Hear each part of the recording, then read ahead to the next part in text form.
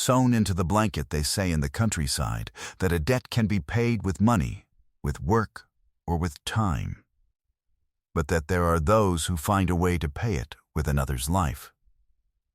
Almost always, those who sign someone else's bill believe no one will come to charge them for the affront.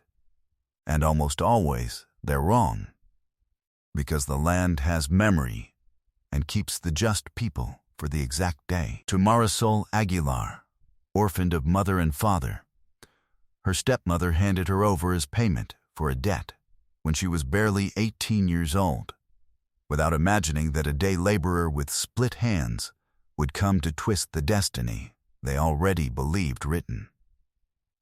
If you like stories of the countryside where the humble find justice, I invite you from now on to subscribe to the channel and leave your comment, because this story, like the coffee of these lands, is better enjoyed in company and down to the last sip. Marisol had been born on a coffee farm in the mountains of Veracruz, among coffee trees and fog, daughter of Don Genaro Aguilar and of Doa Amelia, a sweet woman who died when the girl was barely 10 years old. The farm wasn't big, but it gave good coffee, and Don Genaro worked it with 3-day laborers and the sweat of his own brow, dreaming of leaving it one day to his daughter. Before dying, Doa Amelia had planted, next to the house, a small orange tree, and had told Marisol that as long as that tree bore fruit, she would be watching over her from heaven. But misfortune comes in succession, like the September rains. A couple of years after being widowed, Don Genaro married a second time, to Eustolia, a woman from the town with honeyed speech and eyes that were always counting what belonged to others.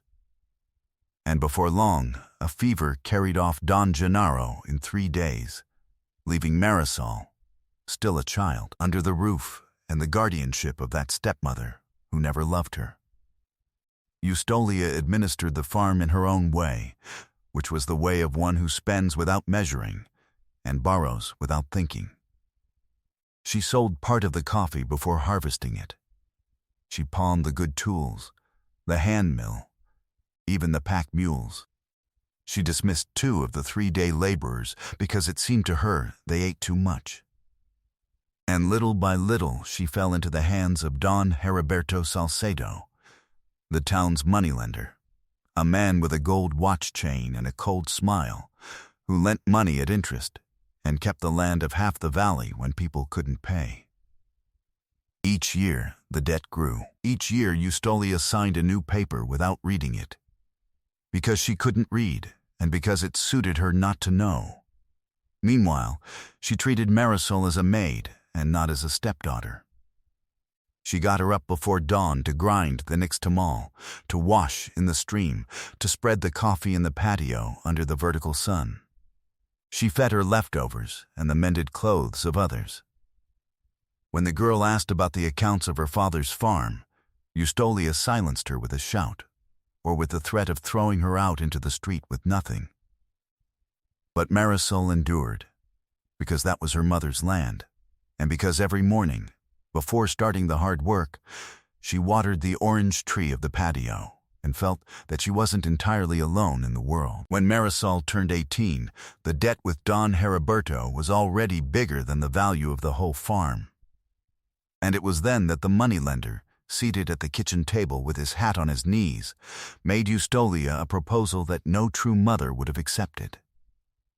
He would forgive the whole debt, and would even give Eustolia a house in the town if the girl married him. Don Heriberto was 58 years old and had already buried 2 wives. Eustolia didn't even think about it. That same afternoon, in front of Marisol and in front of Doa Ramia, the neighbor, who had come to ask for a little dough and was left speechless in the doorway, she said the words the whole town would later repeat with vicarious shame. "The girl has to be good for something. It's cost me plenty to support her all these years. Let her marry Don Heriberto, and that way we're all square." And she signed with a cross, because she didn't know how to write her name, the paper where she handed over Marisol's future as one hands over a sack of coffee. Marisol didn't cry in front of them, although inside the whole world was collapsing for her. She gathered the dishes from the table in silence, went out to the patio, and stayed a long while next to the orange tree her mother had planted, touching the leaves, searching the air for an answer that didn't come. That night, Doa Remigia, the neighbor, who had a good heart though little strength to oppose, whispered to her from the fence to hold on, that God squeezes but doesn't strangle, and that she would pray for a miracle to appear before the wedding, set for a month away. The miracle, as miracles usually arrive in the countryside, didn't come with trumpets, but with a pair of worn sandals and a machete at the belt. Around those days, a man named Anselmo arrived at the farm, looking for day labor for the harvest, already on in years, with hands split by work, and the serene gaze of one who has lived much and learned to keep quiet. He came from the road with the bag on his shoulder and the frayed hat, and asked for lodging and work with the humble voice of those who don't expect anyone to do them a favor. Eustolia looked him up and down, calculated how much he would save her, and hired him because he charged little, and because there was need for people to bring in the coffee before the rains came. No one at the farm asked him where he came from or what for. Because of passing day laborers, one rarely asks. Anselmo settled in the shed without complaining about the cold of the mountains, greeted the mules like old acquaintances, and from the first early morning was up before the rooster. He was quiet, but his eyes didn't miss a detail of all that happened in the big house, and although he seemed one more old man, tired and with no more world than his machete, he carried inside a purpose only he knew, and a name it wasn't yet time to say. Anselmo worked from sunup to sundown, without complaining. He slept in the shed next to the mules, on a mat, and ate apart whatever they gave him. But he had the habit of observing, and within a few days he had understood everything that happened in that house. The spendthrift stepmother, the moneylender circling like a vulture, and the girl with sad eyes who watered an orange tree every morning as if her life depended on it. One afternoon, while Marisol was spreading coffee in the patio for it to dry in the sun, Anselmo came over with his gourd of water and, without looking at her face on so as not to make her uncomfortable, told her in a low voice, "That tree is well cared for. You can tell someone loves it." Marisol raised her eyes, surprised that anyone in that house addressed a kind word to her. "My mother planted it before dying," she answered. "It's the only thing I have left of her." Anselmo nodded slowly, like one who keeps an important piece of information, and continued on his way toward the coffee trees without saying more. But from that day on, without anyone asking him, he began to care for the orange tree too.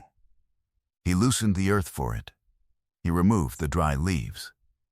He hauled water from the stream in an old bucket, as if he understood that in that tree there was something more than oranges.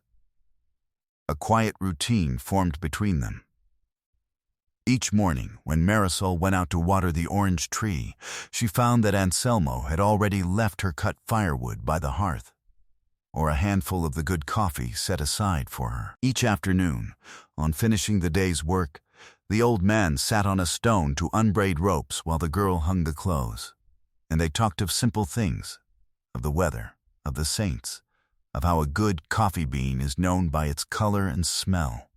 Doa Remigia, the neighbor who saw everything from her fence, told Marisol one day, "That old man looks at you like one who cares for something of his own. I don't know what it'll be, but the heart isn't wrong." The days passed, and the date of the wedding approached like a storm cloud.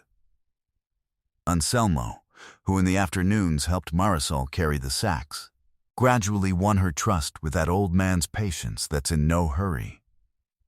He told her stories of the towns where he had wandered, of the good and bad harvests, of the just people and the cunning ones. And Marisol, who had no one to talk to, began to wait for those conversations the way one waits for the shade at midday. One afternoon she finally broke down and confessed to him with a broken voice that they were going to marry her to the moneylender to pay a debt she had never contracted, and that she preferred to die rather than give herself to that man. Anselmo listened to everything in silence, with his gaze set on the horizon of coffee trees. When she finished, he spoke slowly, measuring each word as he measured the weight of the sacks. Debts, girl, aren't always what they seem.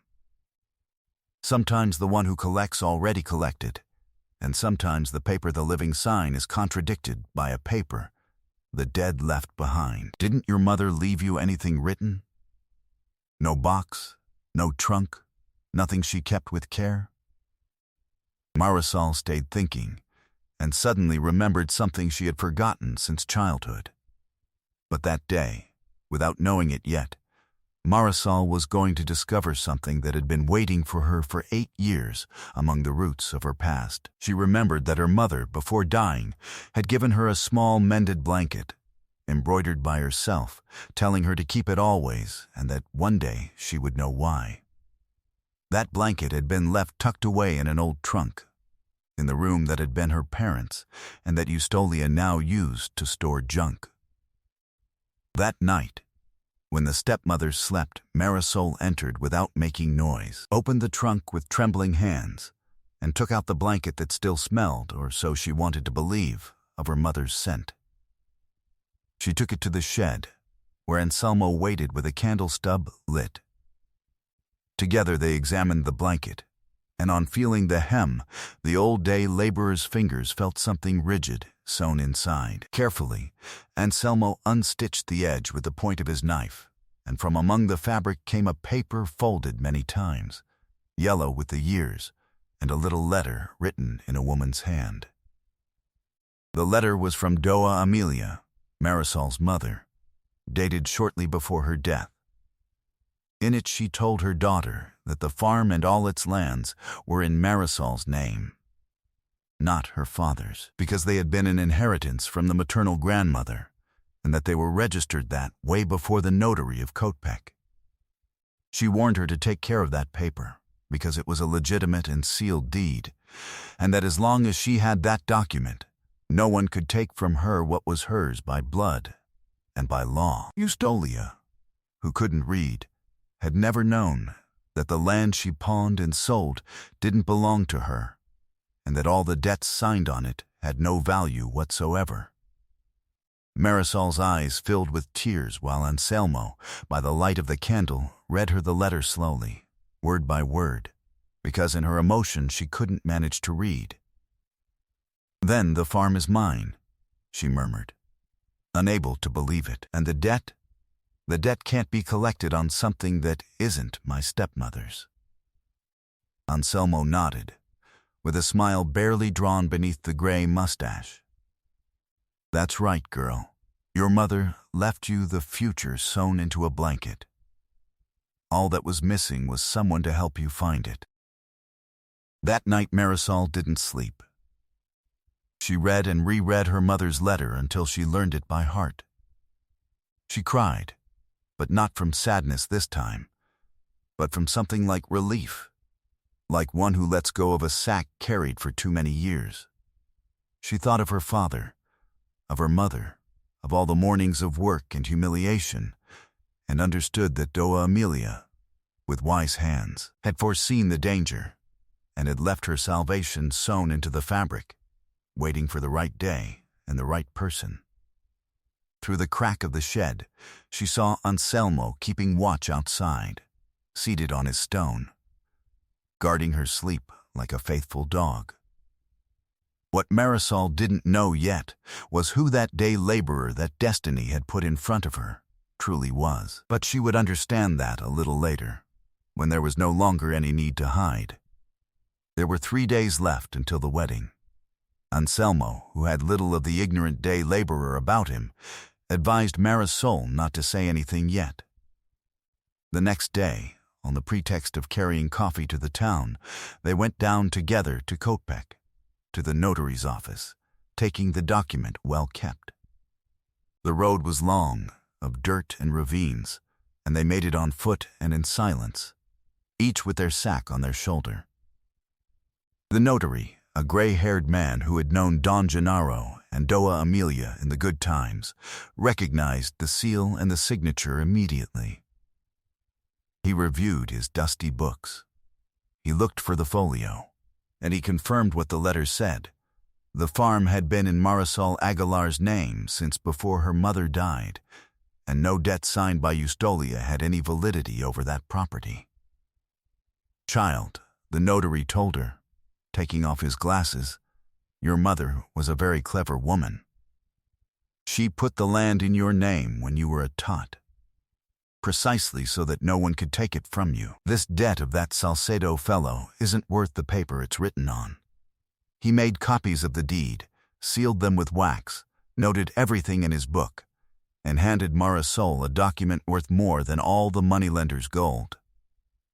Anselmo, on leaving, left the notary some coins and asked him a favor, that on the day of the wedding, without fail, the judge be present.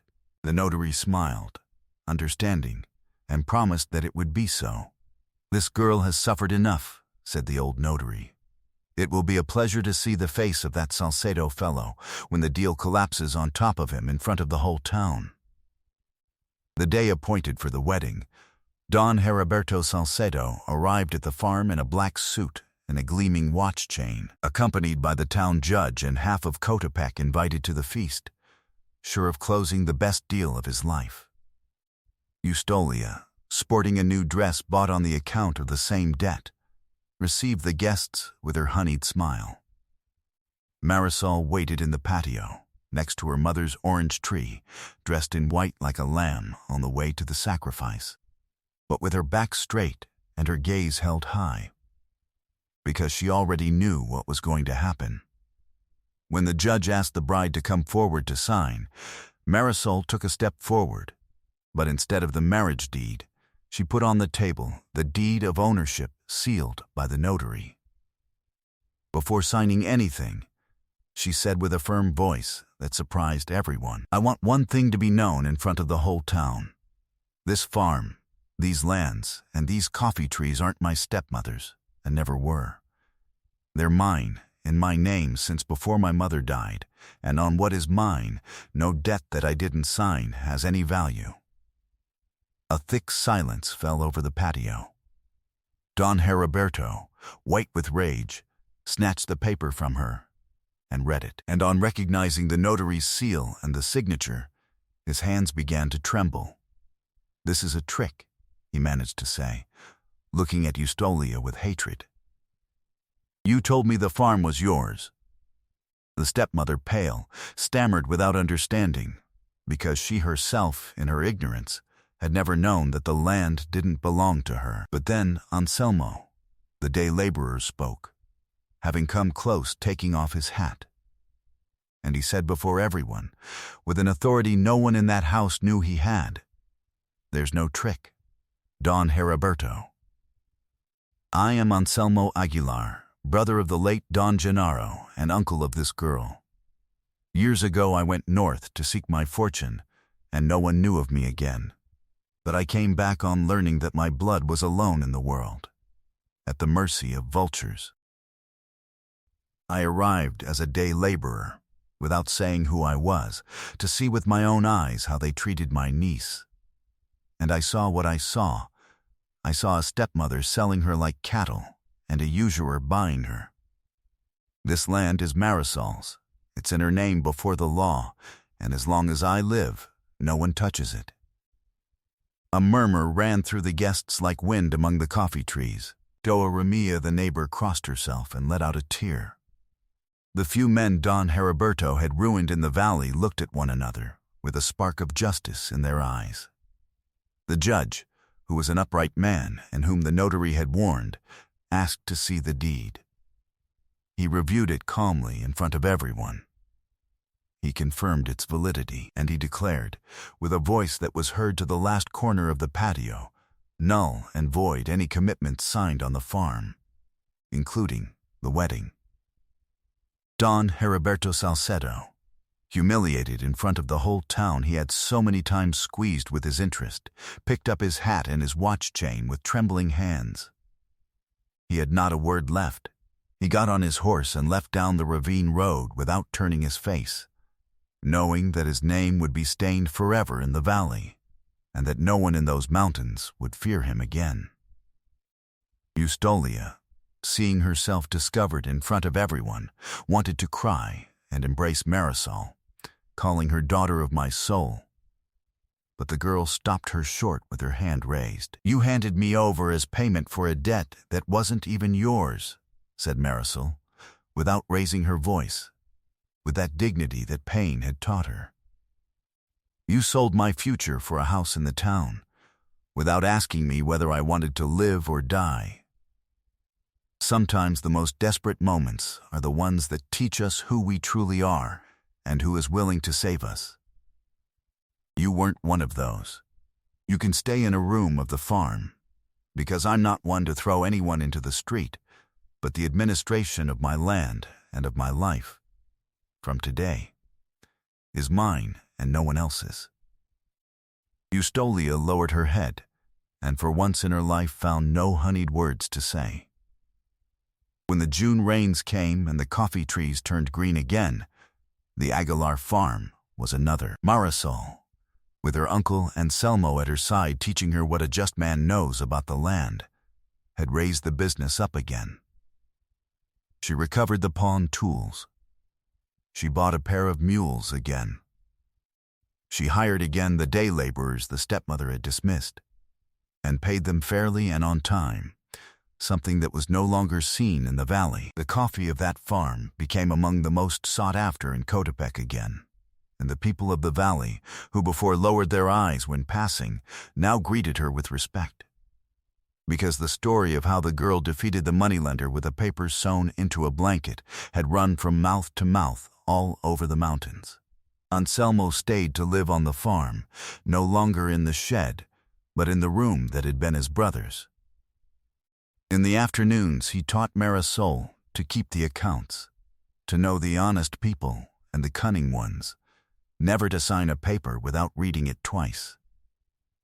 He gave her back, without intending to, the father that death had taken from her, and the girl, who had grown up alone and fearful, gradually straightened her back and firmed her voice, until she became a woman whom in the town they began to call, with respect, Doa Marisol. The orange tree that Doa Amelia had planted bloomed that year like never before, laden with white blossoms that perfumed the whole patio. In its shade Marisol had a long table put where the family, which was now her uncle and the day laborers and Doa Remigia, sat to eat on Sundays. There was, when the harvest came in, a small festival to celebrate the first sweet oranges and the first coffee sold at a good price, with music from an old man who played the harp and the smell of freshly baked bread coming out of the clay oven. That afternoon, while they cut the fruit, Anselmo came over to his niece and handed her the mended blanket, now without the paper well folded. "Keep it," he told her. "Your mother was right. One day you would know why." Marisol embraced the blanket against her chest and looked at the bloomed orange tree. For the first time in a long while she felt that her mother had, indeed, been watching over her from heaven all that time, and that she had sent her to look for her in the most humble form that exists, that of a day laborer with split hands. "Thank you, Uncle," she told him, with wet eyes. "You arrived just when all the doors had closed on me. Sometimes the most desperate moments, those in which we believe there's no way out left, are the eve of the miracle. Life sends the right person by the least expected road, dressed as a day laborer or as anything humble, to remind us that no one is as alone as they believe. Has an unexpected door ever opened just when all the ones you knew had closed? If this story reached your heart, leave me in the comments which part of the world you're joining us from. Give it a like and subscribe to the channel. Share this story with someone who needs to remember that justice, however late, always finds the way back. Thank you for accompanying me to the end, from heart to heart And they say in the towns of those mountains of Veracruz that still today, when the Aguilar orange tree blooms in June, people come down to buy coffee at the farm of the girl a day laborer saved. And that among the branches, if one stays quiet, one can still feel the care of a mother who never entirely went away.